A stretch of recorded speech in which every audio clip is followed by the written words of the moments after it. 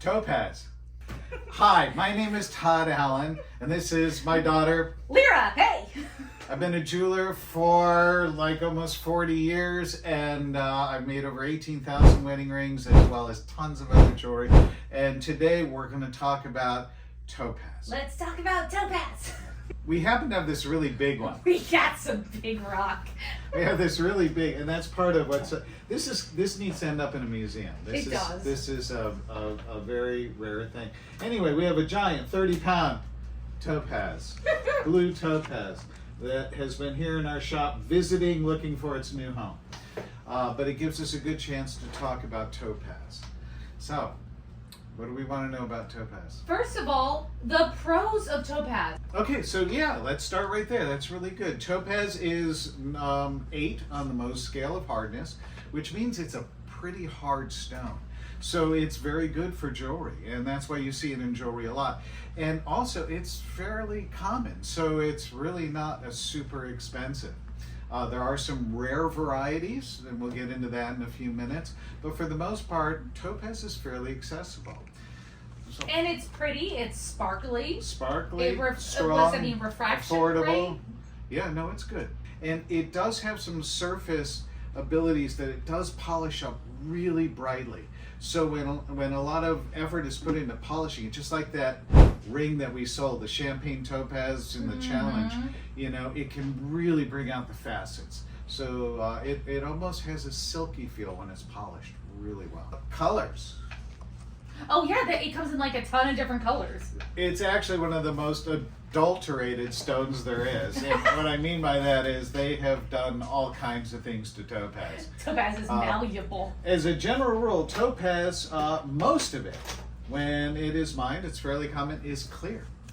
Oh. Yeah, clear topaz is a beautiful stone, and you know, even inside this case, you can see how much it kind of reflects the light, and it's a good hard stone. And so they'll take clear topaz, and from that, a lot of the different colors are made. So here's some of the fascinating stuff that I want to talk about topaz. Is when I grew up, I would go into jewelry stores as a kid, and one of the famous stones in most jewelry stores set in gold was something called smoky topaz.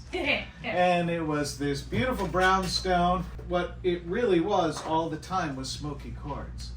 And all the way up to, I'm going to say almost the 70s, most yellow golden stones were called topaz. When you went way back in time, they pretty much called any golden stone a topaz, even though most of it was not. Most of what they call topaz is actually citrine. It is the November birthstone. So it was the original November birthstone. December. No. Oh, okay. Just stay with me. No, it was originally the November birthstone, and it was golden topaz was the November birthstone, and that's what they sold for ages. And but most of it was citrine, because there's no real golden topaz with the exception of Imperial Topaz. And here's where it starts to get really confusing. Now, because golden topaz is actually usually citrine, which is quartz, they have now added citrine as the November birthstone along with golden topaz, which really doesn't, except for the Imperials, and we'll get more into that in a minute. But so now citrine has been added as the November birthstone, and in December, which was actually traditionally blue zircon and turquoise, both being softer stones, the December birthstone was a little hard to find and it broke easily. So then they started using blue topaz as the December birthstone, because it's blue and looks like blue zircon. But yeah, so right now topaz is actually being used as 2 birthstones. Back in the 70s, I remember very clearly, topaz, golden topaz, it's so beautiful. Yes, and it was always citrine. Citrine is quartz. It's softer. It's not as hard as topaz, and it's a lot more common. So it was a way to kind of jack up the price, make it look more expensive. Back in time, most golden stones, anything that was in that color range, was called a topaz. And a lot of things were mixed up for it. Heliodor, which is a wonderful beryl. They're kind of a rare thing. And citrine. But let's get into what is the real golden topaz. Through the ages, almost every golden stone was called topaz because that's kind of what they thought it was. Only recently have we really had these methods to really test hardness, to test refraction, to test, you know, all the different things that make up all our different gem families. And for ages, you know, lots of stones were completely misidentified. So now that we're testing everything so thoroughly and you can so easily test things, it's forcing a little more honesty in the jewelry business. So there is a golden topaz, but it's actually a little more pinkish. It's like a pinkish golden. It's called Imperial Topaz. It comes from Russia. The reason they call it Imperial Topaz is because for a little while, only royalty in Russia was allowed to wear it. It is a different color. It's not a rich golden like citrine. It leans more towards a pinkish, and it's rather expensive. Most expensive topazes are actually red. We gotta find one. But the Imperial goes into really nice pink colors, can be really clear and pink. In fact, GAI mostly requires some pink to be in it to call it Imperial Topaz, but out in the streets, in the market, in the gem shows and all of that, most of any of the stones mined in Russia from that Imperial Topaz mines, they call Imperial Topaz. So if you want a true original November birthstone, you want to go with a golden-ish Imperial Topaz. Or go with the citrine if it's less expensive. Oh yeah, and it's going to be a lot more golden. In fact, I was doing a little research into like why we even, like where did birthstones even come from? And it turned out it was put together by the American Gemological Society around the turn of the century. So they feel free to update it anytime they want. And they do. And they do. Probably the most famous one when people hear topaz is they hear of blue topaz. There is natural blue topaz. Here's one right here. It does occur. It's not this color. Mm-hmm. It's very light blue. Very rarely does it make it naturally to the market for sale. Most blue topaz that you see on the market, and there are 3 different types, there's sky blue, Swiss blue, and London blue. How they get this color of blue topaz is they use direct radiation and heat. The more they irradiate it, the darker it gets, all the way till it becomes what we call London blue. London blue is the darkest, deepest blue. It's, you know, of the blue topazes, it's usually a little more expensive. But blue topaz is not an expensive stone. Good gemstone for a lot of people. Engagement rings, to have. Everyday jewelry. Yes, yeah, everyday jewelry is fine. It's a good one for all forms of jewelry. There is sky blue, and the sky blue is a very light blue. It kind of looks like an aquamarine. Sky blue topaz, very affordable. If you're ever on a cruise and they're trying to sell this to you for hundreds of dollars for a single stone, don't do it. Very common, very affordable. Very beautiful. Fact, in the market, it is probably anywhere from $10 to $20 a carat. Not expensive. The mill is something called Swiss blue, and it's kind of got an electric glow to it. That's the best way I can say it.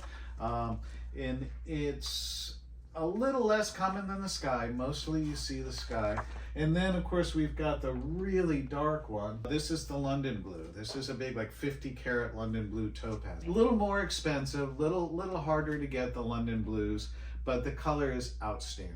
My personal opinion is I like the London blue topaz the best because it's a very hard color to find in any other gemstones. It's got a particular deep, dark shade, and I think it's beautiful. But if you want something a little more eye-catchy, then that's the Swiss blue. It kind of does this electric sort of look. And then we've got the light one, which is sky blue topaz. Let's talk about the fun ones. Let's talk about the fun ones. Okay, so I love topaz. I love the mystics. Yeah, there's different types of Mystic Topaz and these different types of, I'm going to call them nitrogen-infused topazes. And what they're basically doing is sealing them in nitrogen containers under pressure and heat and introducing different metals, like titanium or different metals. And somehow... it makes them magic. It fuses, and it's very high heat. It fuses to the topaz, and it gives it this very electric look. They have his treated picture. topaz into every single Right. color there is, pretty much. Right, so you'll see topazes in a real wide range of adulteration. That's why No, in a see- real wide range of colors. He's never loved the weirdo treated ones, and I love them They're so pretty. much. I mean, if this was a natural stone, we'd be like, it throws all these different colors, and it's got purples and blues and greens and everything all in this Mystic Topaz. Nothing does what Mystic Topaz does. But you can't walk around and pretend that's a natural stone. I can, and I do. No.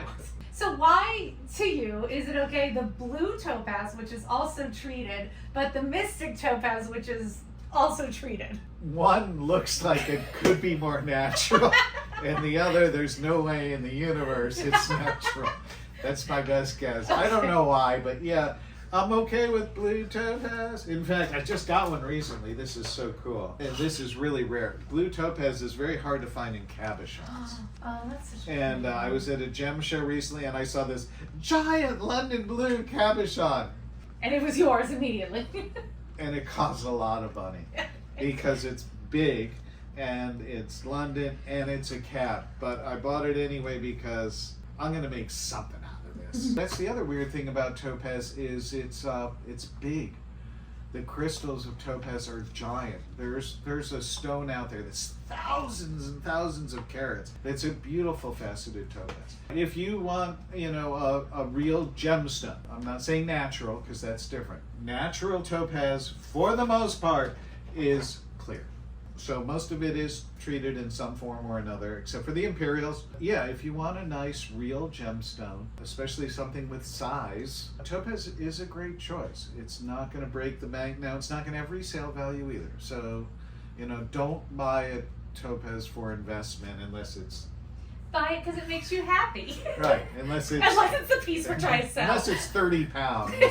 No, really quick. The reason we have this, it was a doorstop that got traded for a car. It's been in some estate. It's traveled around. It's looking for a new home. A very, very rare 30-pound blue topaz. It probably should be in a museum. In fact, I think that's what we'll do next. We're trying to help sell it for a friend in an estate. Yeah. So how would you tell if it's a real topaz? It's tough.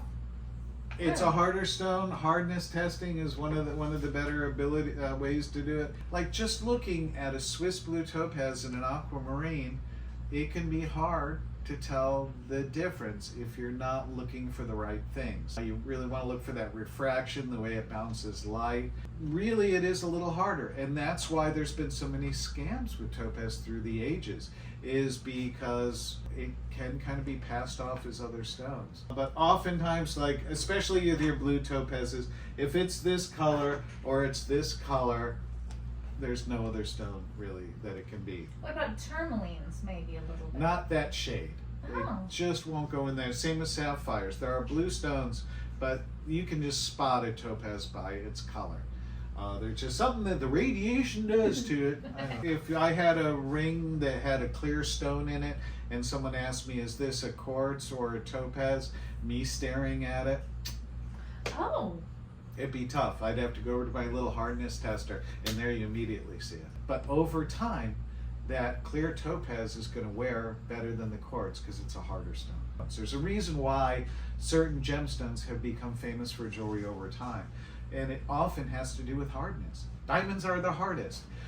That's why people like them. They can hit them. Right, you can wear it and pass it on to your grandchildren, and chances are it's the same it was when you bought it. So topaz is up there. What family is it? It's topaz. It's its own family. Oh, I never even realized that. Oh, that's funny. Topaz is topaz is topaz. So topaz, cool. Make sure you comment below. We can do other stones. We're gonna sit and maybe even do birthstones we were thinking about. But if you've got some stones that or gemstones you want to know more about, I'm not really a geologist. I'm just in the jewelry making trade. So within the jewelry world business, let us know what stone or gems that you would like to know more about, and maybe we'll do some videos on it. And again, like and comment and subscribe and do all the stuff that helps keep us here sharing with you.